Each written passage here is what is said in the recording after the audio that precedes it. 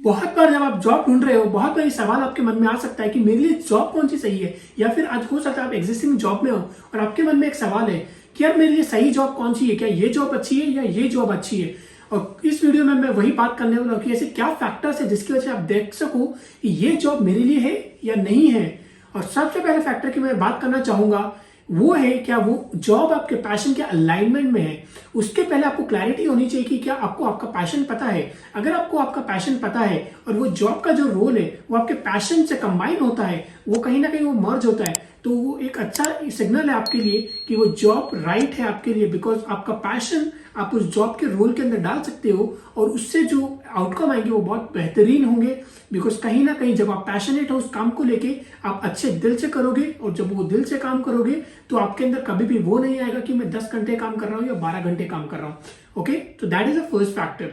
Second factor की जो मैं बात करना चाहूंगा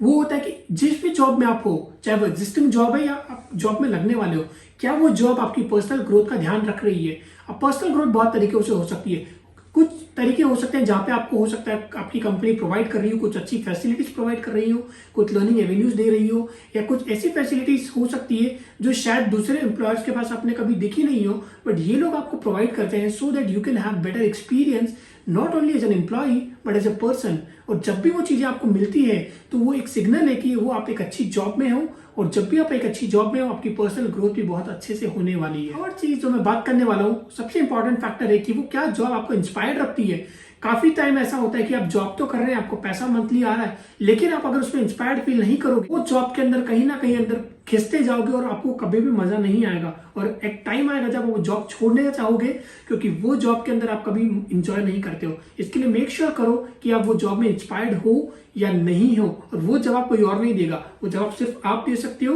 और वो जवाब जैसे ही आप ढूंढोगे आपको पता चल जाएगा कि ये जॉब मेरे लिए है या ये मेरे लिए नहीं है। एक और इंपॉर्टेंट डिस्कशन जो मैं करने वाला हूं इसी टॉपिक पे,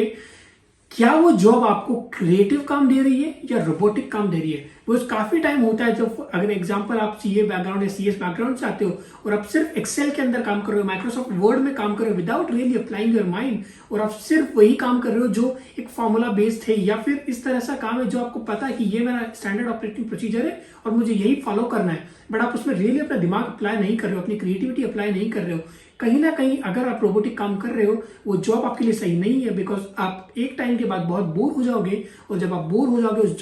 जॉब से इंस्पिरेशन आना बंद हो जाएगा, और जैसे ये चीजें होने लगेगी अब उस जॉब को हेट करने लगोगे और आप उससे दूर जाना लगोगे और रिजेंटमेंट की फीलिंग आएगी। और वो टाइम आपको जब पता चलेगा right time to quit your job and find something else जो आपके पैशन से और आपके इंस्पिरेशन से अलाइनमेंट में हो।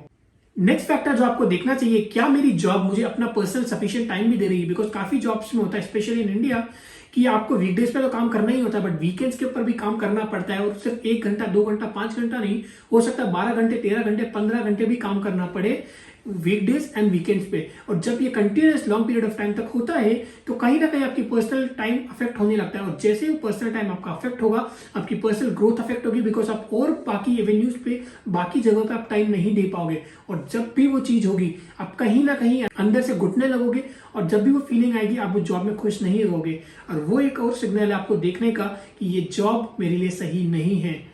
क्या आपके साथ अगर ऐसा कभी भी पहले हुआ है तो put in the comment section below so that you understand what I am talking about. And also अगर आपको ये पसंद आ रहा है please subscribe to this channel so that you get all the notification of my channel, and also make sure you hit the bell icon. बात करते हैं हम नेक्स्ट टॉपिक की। क्या आपकी वर्क प्लेस पे, क्या आपका जो जॉब का कल्चर है, क्या वहां पे टॉक्सिक वर्क कल्चर है। क्या मतलब है मेरा टॉक्सिक वर्क कल्चर का मतलब ये है कि जब भी आप किसी के साथ काम कर रहे हो या किसी के साथ ट्रांजैक्शन कर रहे हो, कोई डीलिंग कर रहे हो आपकी जॉब पे, क्या लोगों का जो बिहेवियर है वो बहुत टॉक्सिक है, क्या आपको लोग सपोर्ट नहीं कर रहे हैं, और जो भी आप लोगों से बात करते हो सभी लोग नेगेटिव बात कर रहे हैं अपने एम्प्लॉयर के बारे में, अपने काम के बारे में, अपने क्लाइंट के बारे में। और जब भी ऐसा एनवायरमेंट आपको कंटिन्यूस मिलेगा, सारे लोगों से ऐसा मिलेगा, इसका मतलब वो जगह टॉक्सिक बन चुकी है, बिकॉज वहां पे कोई भी खुश नहीं है। और it's similar to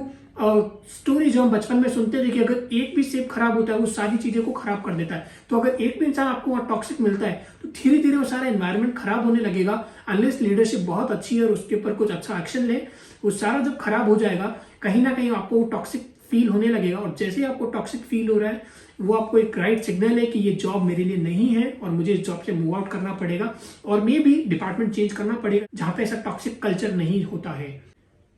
another good treat about seeing कि मेरी जॉब अच्छी है या नहीं है, क्या मेरे पास अच्छे सीनियर्स और अच्छे लीडर्स हैं। क्योंकि जब भी आपके पास अच्छे सीनियर्स और अच्छे लीडर्स होंगे आपको लर्निंग अपॉर्चुनिटीज मिलेगी, और ना कि सिर्फ लर्निंग अपॉर्चुनिटीज मिलेगी, आप एज अ पर्सन भी ग्रो करोगे। बिकॉज अच्छे लीडर्स आपको हर अपॉर्चुनिटीज में आगे आने देंगे और अपने साथ कंट्रीब्यूट करने देंगे। बट जब भी आप अच्छे लीडर्स के साथ काम नहीं कर रहे हो, अच्छे सीनियर्स के साथ काम नहीं कर रहे हो, वो लोग सारी चीजों का क्रेडिट लेंगे और आप सिर्फ एक गधे की तरह काम कर रहे होंगे। Excuse for my language, but yes यही होता है जब आपके पास अच्छे सीनियर्स नहीं होते, अच्छे लीडर्स नहीं होते, आपको सारा काम करना पड़ता है और क्रेडिट जब वो लेते हैं आपको कहीं ना कहीं बहुत हर्ट होता है कि यार सारा काम मैंने किया बट मुझे अच्छे से ट्रीट नहीं किया गया, और वो रिजेंटमेंट की फीलिंग आपको फिर से आने लगती है और आप वो जॉब छोड़ना चाहते हो। तो मेक श्योर अगर आपके पास एक राइट लीडर्स है, राइट सीनियर्स है, तो इसका मतलब आपके पास राइट जॉब है और उस जॉब में आप कंटिन्यू आगे कर सकते हो अगर आपको ग्रोथ प्रोस्पेक्ट्स लगते हैं तो। उसके बाद दो तरह के बॉसेस हो सकते हैं, दो तरह के सीनियर्स हो सकते हैं, और कहीं ना कहीं लीडरशिप प्लस आपके कंपनी कल्चर पे भी डिपेंड करता है। जहां पे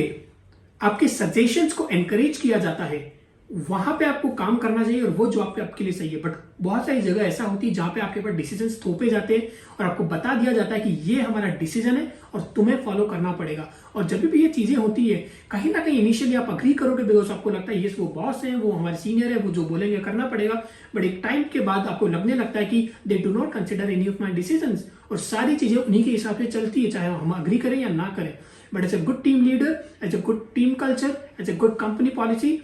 आपके लीडर्स को हमेशा आपके सजेशंस को लेना चाहिए, एनकरेज करना चाहिए और पूछना चाहिए how can we implement this suggestion. अगर थोड़ा मॉडिफिकेशन चाहिए तो there should be healthy discussion जहां पे वो डिसाइड कर सके कि आपके सजेशंस क्या हैं और उनके सजेशंस क्या हैं, और सब मिलकर जब एक अच्छे डिसीजन पे आएंगे it will be good for overall growth of the company and as a team culture. Okay, the last point